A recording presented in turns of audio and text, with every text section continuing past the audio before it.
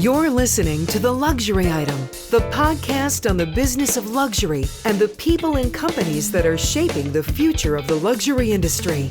Here's your host, Scott Kerr. My guest on The Luxury Item is Deborah Calmeyer, CEO and founder of ultra-luxe African safari company Roar Africa. Zimbabwe-born Deborah Calmeyer launched Roar Africa almost 20 years ago with a vision to curate journeys designed to harness the power of nature and facilitate the discovery of peace and purpose while offering a deep connection with self. The past 2 years have drawn more and more people to wild places as a means to recenter and restore themselves, and Africa provides some of the last wild landscapes on our increasingly fragmented planet. Calmeyer understands the transformative power of the African bush and how when we turn down the noise and remove the demands of travel, we can experience something not attained anywhere else. Roar Africa's mission is to change the lives of its guests through learning journeys that showcase Deborah's home continent with sensitivity, pride, and unmatched insider access. Deborah is committed to preserving the wilderness spaces we have left and transforming the trajectory for women in the safari industry. Roar Africa's female-centric approach is a new model for the African luxury travel sector. The company's guiding vision is, if African women rise, wildlife will thrive. It's the driving force behind everything they do. Welcome to The Luxury Item, Deborah. Thank you, Scott. Great to be here. I'm so thrilled that you could join me. You know, your roots on the African continent run deep. In fact, 11 generations deep to 1685 in South Africa, when your ancestor, Daniel Hugo, a French Huguenot, arrived in Cape Town. You were born and raised in Harare, the capital city of Zimbabwe, which was called Rhodesia at the time. You must have been pretty young when the Civil War erupted. What do you remember about the Rhodesian Bush War conflict?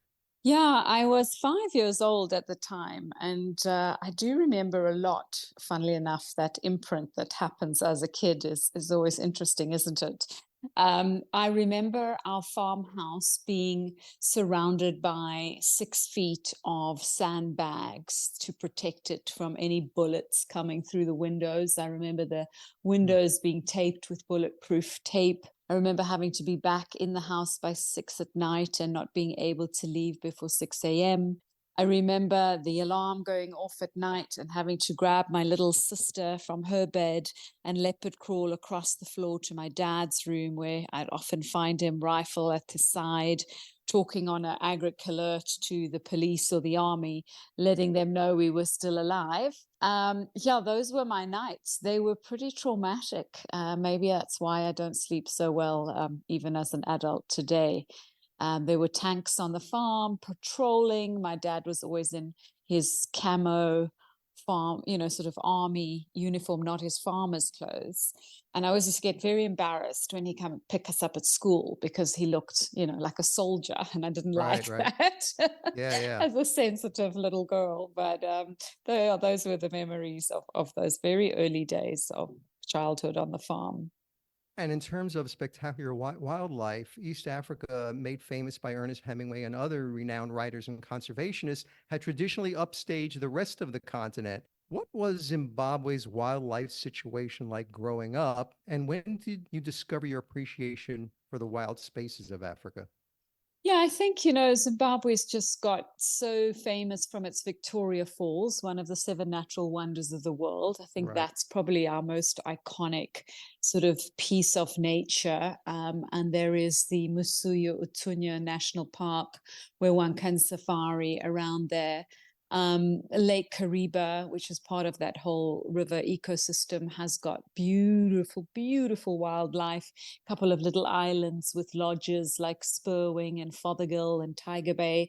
I grew up, taking houseboat sort of weekend trips on that lake. It's the 3rd biggest man-made lake in the world.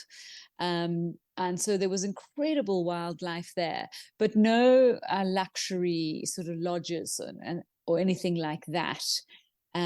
So perhaps a little bit less known. My love for the wild and appreciation really started after the war ended, and my dad didn't want us to have any alarms or security fences, and he was pretty fed up with that kind of security. Right. And my young sister recommended that we get a lioness. And so, as you do as wild Zimbabweans living on farms, you go and get a lioness from a rescue. And so Carmel, the lioness, arrived at 3 months old and grew up with our two Labradors in the house. And we never needed any security and had a fully grown lioness 3 years later, prancing around and coming to pick us up to school. So my dad's army uniform was nothing in comparison to the lioness in the back of the Peugeot with the dogs. How did the dogs and the lioness get along? Fine in the beginning, but as she got more and more powerful, one swat with her big paw would send the Right. Labrador flying. But they were great friends and, played and chased and ran around the garden. But I think my love, for the wild was the sort of identification of how similar animals are to humans and how much she needed affection and love and attention in the same way dogs and cats do, how she hunted, how she played. It was a really close-up view to this gift of having a wild animal in a slightly domesticated scenario, although it was a very big, wide open space, and she was by all means not caged. She was completely roaming free Right. around the house and garden.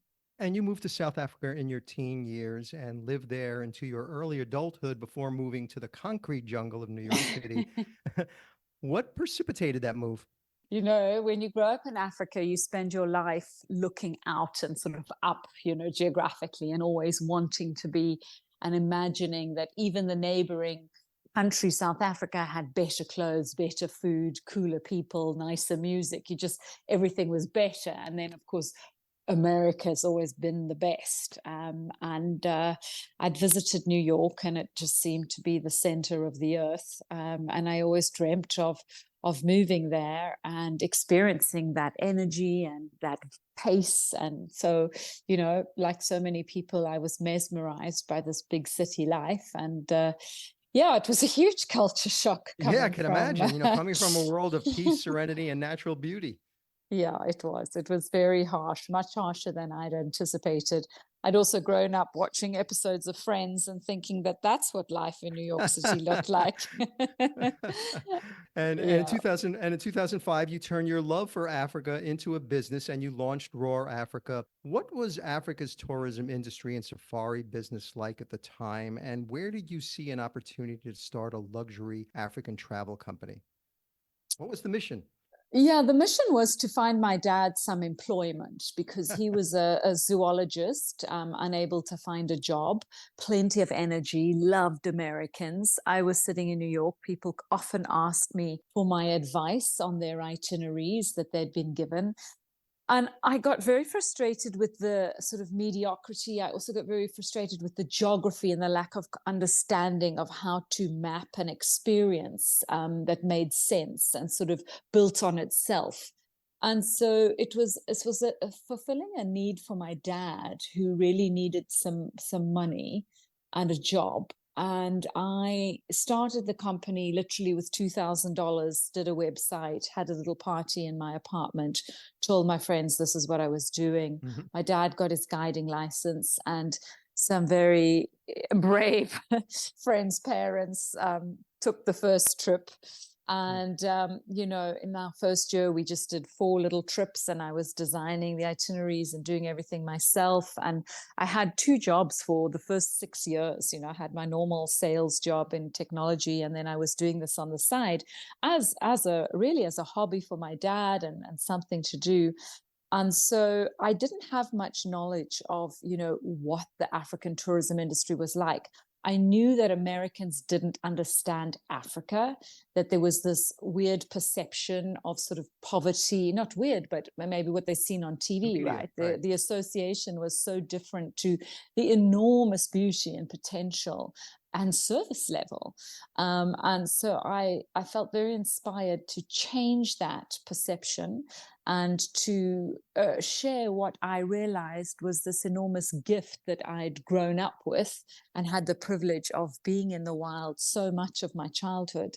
And I just desperately wanted to share it. So many things collided. And that's what inspired me to start Raw Africa. But I just think that the safari business was unknown. The story wasn't told. The hunting had sort of started it all 50 years earlier, and it had evolved into photographic, but it wasn't known in the way it's known today. And people were a lot more sort of cautious and scared of the experience. So when you launched it, how important was it to create a brand? I hadn't the first clue. God, I honestly didn't have a clue. I wanted, there was an innate desire to share the place that I loved so desperately. And my homesickness had been elevated because I'd been torn away from it by choice. But one only realizes what you have once you've left it, right? And so there was that need to share it and recreate the narrative. And as I started to develop the company, I really honed into sort of what was important to me, and I had this lens onto American life and how hard Americans work, how important their vacation time was, how it needed to be right. They really didn't have time to get it wrong. And when you come from a place and you're selling your home, there's an enormous amount of intelligence, emotional as well as intellectual, that one can imbibe into the brand and the experience, right? And I started to realize that quite quickly in designing these trips, that there was just so much I knew that you couldn't know if you didn't live in a place or spend a vast amount of time there. If you think about it, if you asked a travel agent in Africa to plan a trip to New York, it'd be very different to the trip somebody who's lived there for their whole life would plan, right? You'd go to the East Village and to some underground bars and jazz clubs. You wouldn't even probably mention Times Square, right? But it would be on a travel agent's itinerary, you can bet. Africa has really emerged as a major outbound market for North American and European travelers. All the numbers that I've read about point to people spending more on premium safari experiences, looking to stay for longer stretches, and safaris seem to be on more people's bucket lists. What's fueling this surge in safari tourism? I think it's a couple of things. I don't think anybody, and I hope this is true, but I've never experienced it. I don't think anyone comes back from Africa ever saying, it was okay. Most people say it was the best trip of my life. You have to go. And I think it's the best trip of your life because most people don't have anything to compare it to. So it exceeds everybody's expectations. The warmth and the level of hospitality in Africa is some of the best in the world. I'd say the best in the world. It's quite remarkable that people who have not experienced first world luxury are able to deliver it with the grace and dignity and love and warmth and welcomingness that they are, right? They really get it right in the most remote locations. So I think, people feel the love, they feel the warmth, they're brought into this strange environment. And really, it's a very much an environment that we've disconnected from, right? We've forgotten about. We've improved our lives with technology and housing and airplanes and all these things. But when do we look at the stars? When do we watch the sunset? How often do we smell our food instead of shoveling it down at pace, right? And Africa just allows you to be sort of enveloped into her beautiful landscape, her incredible skies, this wildlife, these wonderful people. And so I think, people are desperate for that. They've come out of COVID. They're suffering from what I call nature deficit disorder. And just, being even in a city park is rewarding. Put that on steroids and take it to the vast plains of Kenya or the Zambezi River of Zimbabwe, and it's just a whole nother level. And I think that, word of mouth and publications and people's reinforcement of a tremendous life-changing experience is what's driving it. There's also more and more people selling it. Yeah, and wealthy travelers are increasingly ditching traditional luxury for experiences that provide a deeper understanding of the places that they visit. So real connections and cultural immersion have become the new hallmark for ultra luxury travel. The journey is as much about the discovery as it is about the indulgence. So, what Mm. is Roar Africa's strategic approach that reflects the changing landscape of luxury travel? I think we've never ever been about volume. We've always been about, I always say to people, we are for people who don't have time to get it wrong. We spend a vast amount of time with our clients and prospects who are looking at this experience. We talk to them, we understand them. What does luxury travel mean to them? Because that's a very interesting question to ask people. Some people will say it means having all their devices and having Wi-Fi all the time. If you ask me, it means silence because I live in New York City, and all I value is quiet. I don't want to hear any noise, wildlife noises, sure, but not any traffic or planes. So really getting to the core of what does each traveler or family value? What do they want to get out of? What is the objective of the trip? And then designing that specifically for them. We do not have pre-packaged trips that we sell. If you ask me for an itinerary for Tanzania, I don't have one. I'd sit with you, I'd ask you lots and lots of questions, really try and understand what makes you tick, what's special to you, what's really going to matter. I've got one client at the moment who eats very specific American food, and all he was concerned about, he believed me on everything, but he didn't believe me on the food. And I got his menus. Don't say McDonald's, Deborah. No, not quite. But, he likes basic food. And he wanted to have spaghetti marinara and steak frites and, wanted that comfort. And that's easy to do.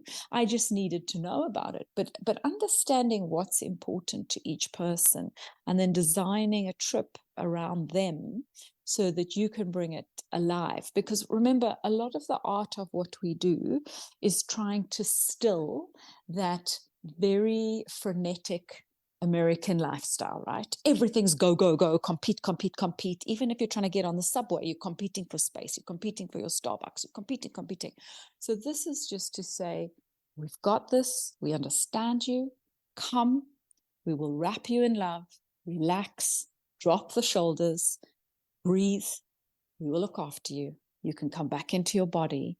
And that is the luxury of being able to just be with yourself, connect with your partner, your children, be fully present in that moment. And I think that's the goal of how we design each trip, whether the client knows it or not. That's the sort of very deep essence to the design of our trips. I guess that's why you've said in the past, being in the wild is a prescription for the soul. Well, I think nature holds so many answers to contemporary society's perennial questions. How do we find our peace and in turn our place in the world? And it's only when we stop moving that we can be moved. And so, I think we stop moving when everything has been taken care of and we're not fighting with the air conditioner or the pillow or the light switch or, all those things that can just keep coming at you when you're moving around. If we've done our job properly, those have all been taken care of. You're in places that are fully vetted by us as experts, and you can just relax into nature, and it will be the prescription of your soul. I mean, I really firmly believe that. When you picture a typical guest on an African safari, you imagine a rich, retired couple making the most of their golden years. Who are today's luxury travelers to Africa? Scott, more and more I see multi-generational families, and it's very special to watch because it's grandpa paying for the whole family, their new additions, children. So I've had groups from 5 to 85, 24 people, 16 people. I think it's the one vacation where everybody can be fully present. There's no movie theater, there are no friends, there's no other options that are better options. You're all in the Land Rover together, you're out there together, you're witnessing a pride of lions and their cubs or bull elephant walking past the Land Rover, whatever it might be. These are extraordinary experiences to share as a family and to witness one another's reactions, and just squeezing the hand next door to you or looking into the eyes, and like, those moments, they're just so precious and priceless. So I love watching the multi-generational families, and we are definitely seeing that's the biggest increase. Honeymooners continue to come. I think the setting is so magical and so perfect for that romantic time together. But I would say the trend is definitely multi-generational. What kind of experiences is the safari traveler searching for today versus 20 years ago when you first launched Roar Africa? When I started, we had a lot of focus. It was almost like Cape Town had just been discovered 20 years ago. So a lot of itineraries. South Africa's always been a very good starter, right? It's probably the most first world. It's probably the most diverse in terms of you can do beach, you can do mountain, you can do safari, you can do desert. You've got everything in one country. So we used to see a huge amount of travel just within South Africa, possibly adding Victoria Falls, or maybe a safari in Botswana. But I think it's really opened up. The gorillas have come online. The Great Migration remains one of the biggest natural spectacles on Earth. People see beautiful images of Namibia and definitely want to go and see those incredible ochre sand dunes. So I think people are, coming back for more and more.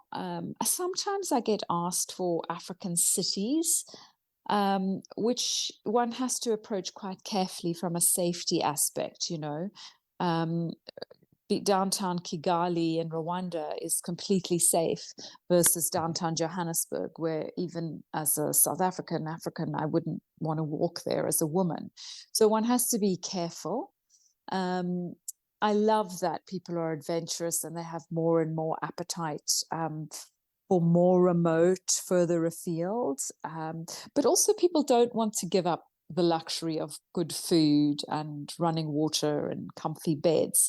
And there's a lot of choice, thankfully. So, it just depends on.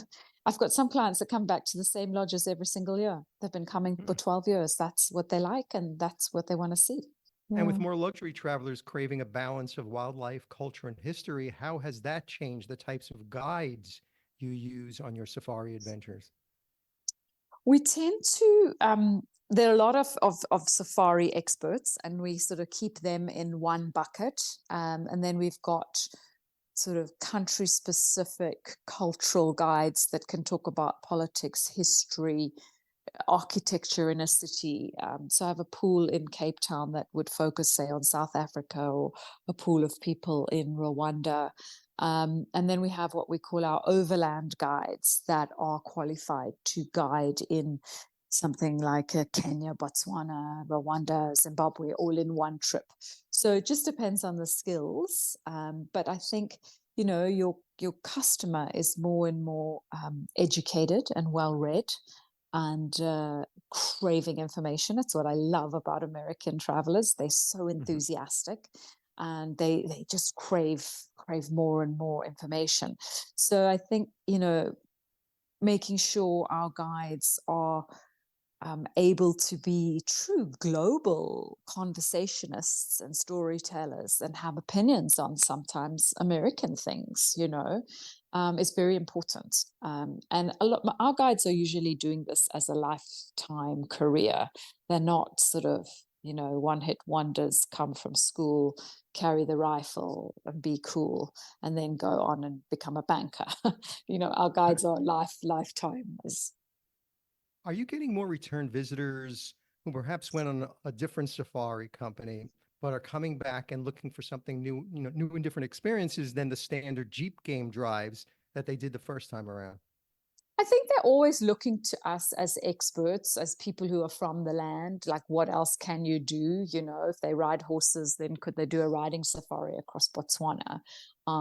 If they're big sports fanatics, Cape Town just has a host of marathons and cycling races and sailing, and there's just so much activity. So depending on the adrenaline seeker, we can sort of open up all of those local sports and adrenaline junkie lifestyle add-ons.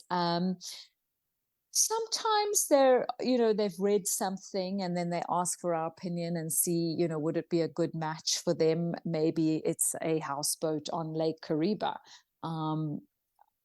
It just depends. Johan has to be careful with what you read, because these things are often glamorized or written by people who've maybe been there just 24 hours and don't know the full scope.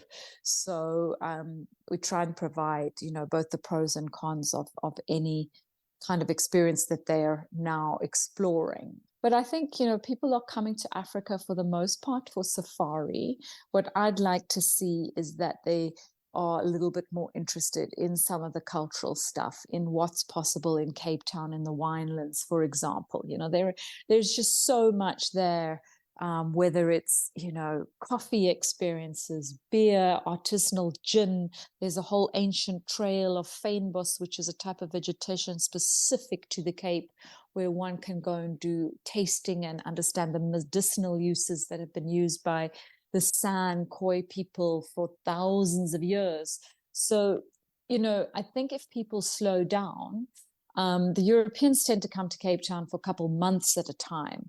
And I think if Americans got more comfortable with maybe the villa rental model, they might enjoy spending those cold winter months in Cape Town and exploring and, trying the winelands, enjoying all the incredible, great food, doing odd little safari for a weekend, and not just thinking of Africa solely as a safari destination.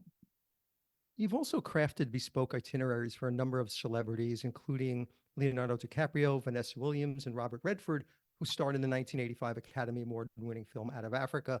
Was that the first time Robert Redford had been back to Africa since the film, when he went on that trip with Roar Africa? Yes, that's right. Can you believe? And even when he was filming that film, he didn't get to do much safari, So it was an extremely great honor to have him in our care and to be able to share sort of very peaceful safari experience without him having to be pulled off to work. You've talked about the sexism you face trying to break into the male-dominated safari industry, driving you to place women at the heart of your business.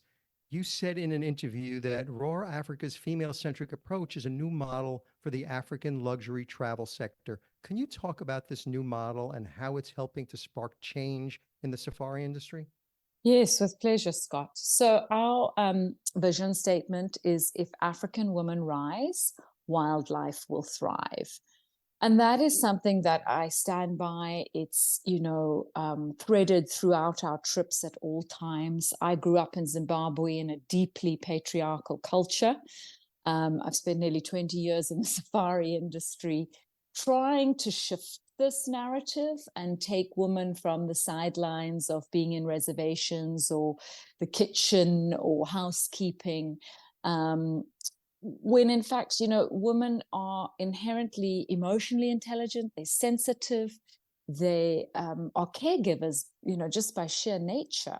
And so the hospitality industry is really the perfect place to have women grow up through the ranks and lead and become sommeliers and lodge owners and guides and pilots. And so, that has been a huge mission of mine. And I learned that in America. I learned that from watching incredible women, Pat Mitchell, Jane Fonda, Gloria Steinem, really change the narrative for women in America. And I felt like the privilege I've had of being exposed to that was something I must take back to Africa and be the voice for other women. And so, the great thing is we started this sort of movement, if you will, in 2019. And through the power of perception, of doing women's empowerment trips on the ground, it's really helped both men and women realize that women can fly planes, they can drive Land Rovers, they can be conservationists, they can save species. You know, we've done incredible work in different countries. Each year we try and do one of these women's empowerment retreats, which is a bit like TED Woman Goes on Safari, where we bring in speakers to talk to our travelers, all of which are women from the sort of global reaches. And they learn about Dr. King or Dr. Moore Angels, the work they're doing with pangolins, with rhinos, with lions, with elephants, and hear these women's stories of what they've accomplished and who they've become in the industry. And we try to staff the lodge with as many senior women in sort of positions where, you know, even the men who work at the lodge would have said to me, oh, no, you know, my daughter could never be a tracker. And you say, well, why? Well, I don't know. She's just, there's never been a woman tracker. Well, here's an example of one. And then 3 days later, I'm being tapped on the shoulder and the guide, David, is saying, gosh, Deborah, you're right. My daughter can do this job. And it's so rewarding to see that these career paths can be created in an industry that's innate to females, that it doesn't require people having to leave the village or area they grew up in to become now a hairdresser, dentist, teacher, whatever, in a town a million miles away. They can work in stuff that they've grown up knowing and know better than anybody else, right? So it's really been incredibly rewarding to see how quickly this has been picked up, and lodges are now, you know, posting about their female GM or their female executive chef, and it's become a trend. You've also pushed luxury safari adventure boundaries to new limits with the creation of a journey called The Greatest Safari on Earth, which you first launched in 2021. And from what I understand, the annual journey embarks from Dubai on Emirates executive private jet. And over the next 12 days, guests explore some of the most desirable African destinations. Why is it called The Greatest Safari on Earth? Yeah, that's a great question. So I have been listening to Americans for 17, 18 years ask me this question. Deborah, I want to go to Africa once. Where must I go? And I've sat with that and toyed with that and wondered, how on earth does one answer that? If I was coming to America and I said to you, I'm just coming once, Scott, where would I go? You know, could you tell me?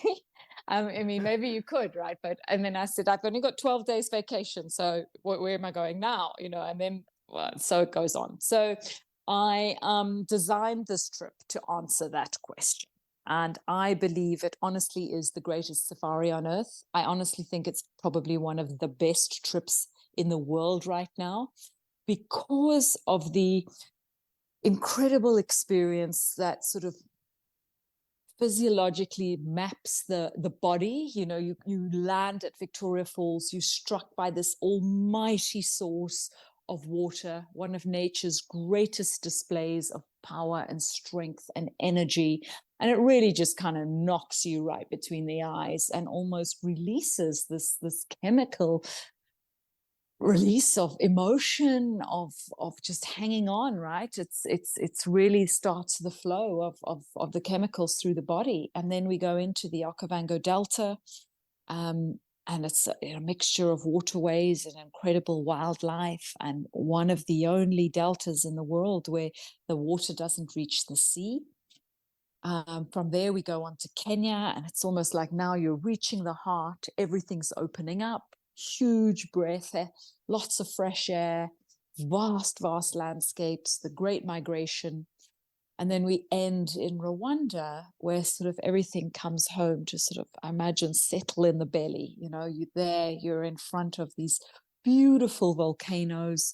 You get to trek with these incredible gorillas that share 98% of our DNA, and just sit and be with them in their humble, powerful presence.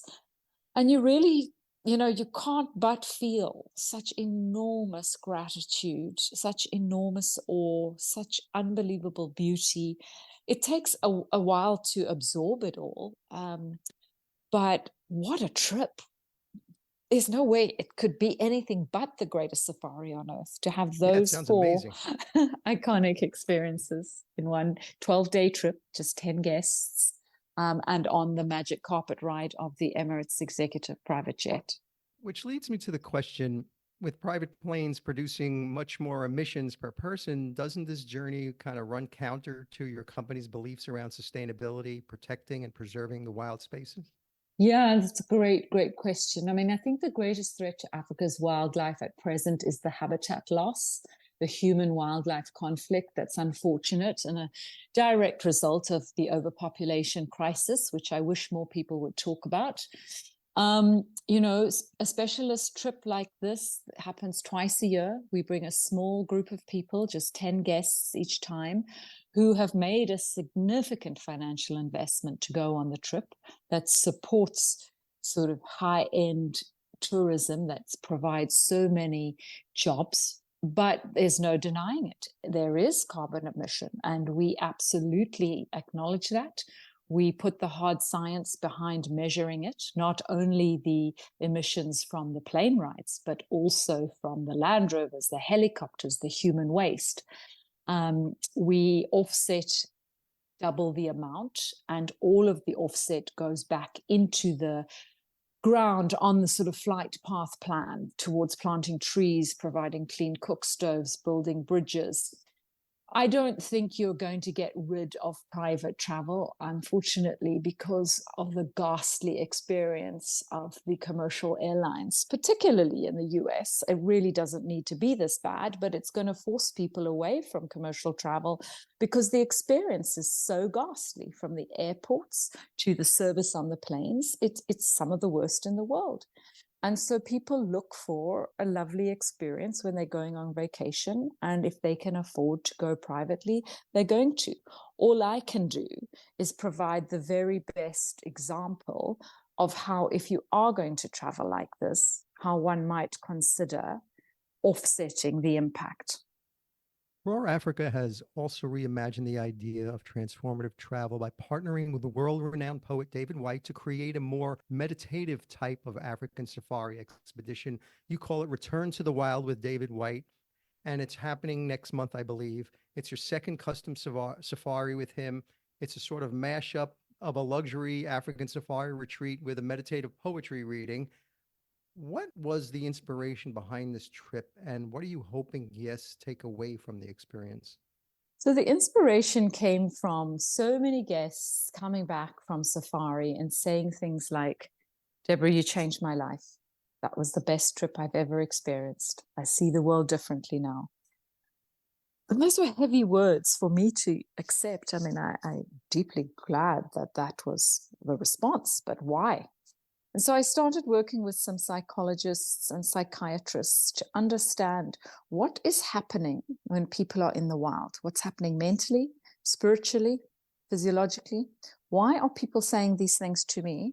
When they come back from Paris or Rome or wherever, they don't say, you changed my life. That's a hell of a statement. And what I got to learn is, this whole thing I mentioned earlier in the conversation of how we have run away from nature and disconnected and going back into the wild. So much of our instinct is sort of reconnecting to everything we've run from, right? And you do feel whole. And how does one put that to words? And I've, been selling safaris for a long time now, but I still struggle to find the words and to explain to people how you are going to feel. And in studying David White's poetry and philosophy, I started to understand that this was an extraordinarily talented writer who really could put words to this experience and could help us digest what a life well lived might mean.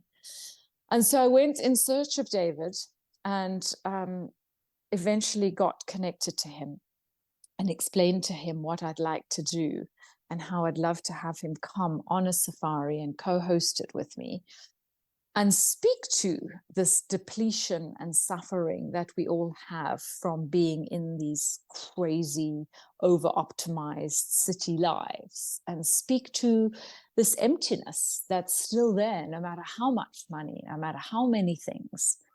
And he said, I'm all in. Let's do it.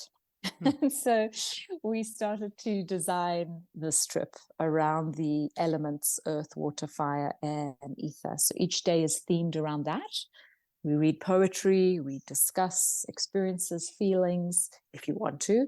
We also have hand-picked body workers, sound healers, energy workers, breath workers, so that the guest is having a physiological opening happening through the body treatments, and then they've got the environment, and then they've got David's words to sew it all together for them.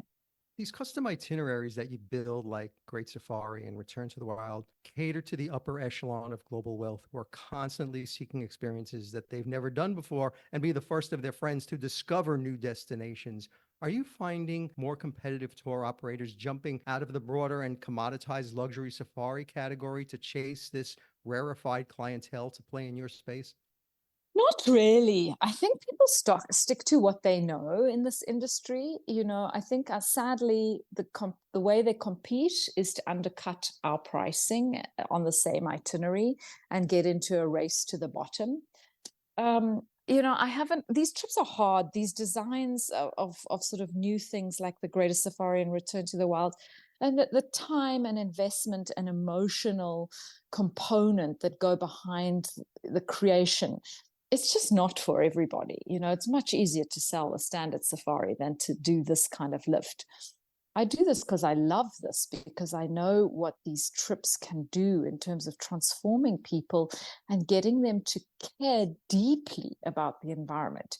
These are people who've got so much, yet we've got so little left. And I think, that's what has to be preserved. And I've got to work harder and harder to sort of cracking those hearts open.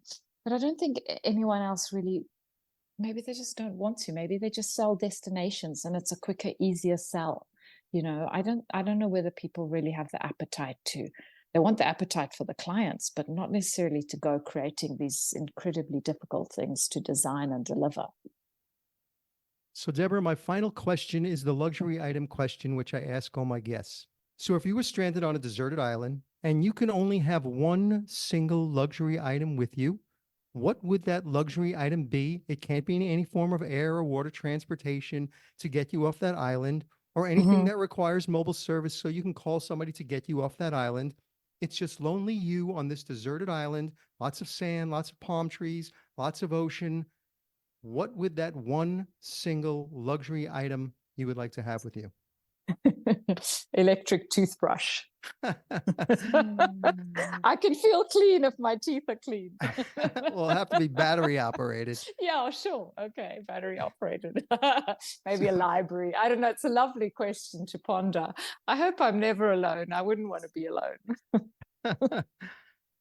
Deborah Calmeyer, CEO and founder of Roar Africa. Thank you so much for joining me on The Luxury Item. Such a pleasure, Scott. Thank you so much for having me.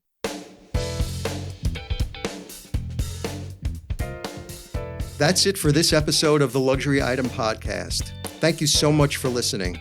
If you found this useful and entertaining, I would be really grateful if you can share it with a friend or colleague. I would love it if you subscribe so you never miss an episode. And while you're there, be sure to rate and review us on Apple Podcasts. It really helps other listeners find us. The Luxury Item Podcast is a production of Silvertone Consulting. I'm your host, Scott Kerr. Until next time.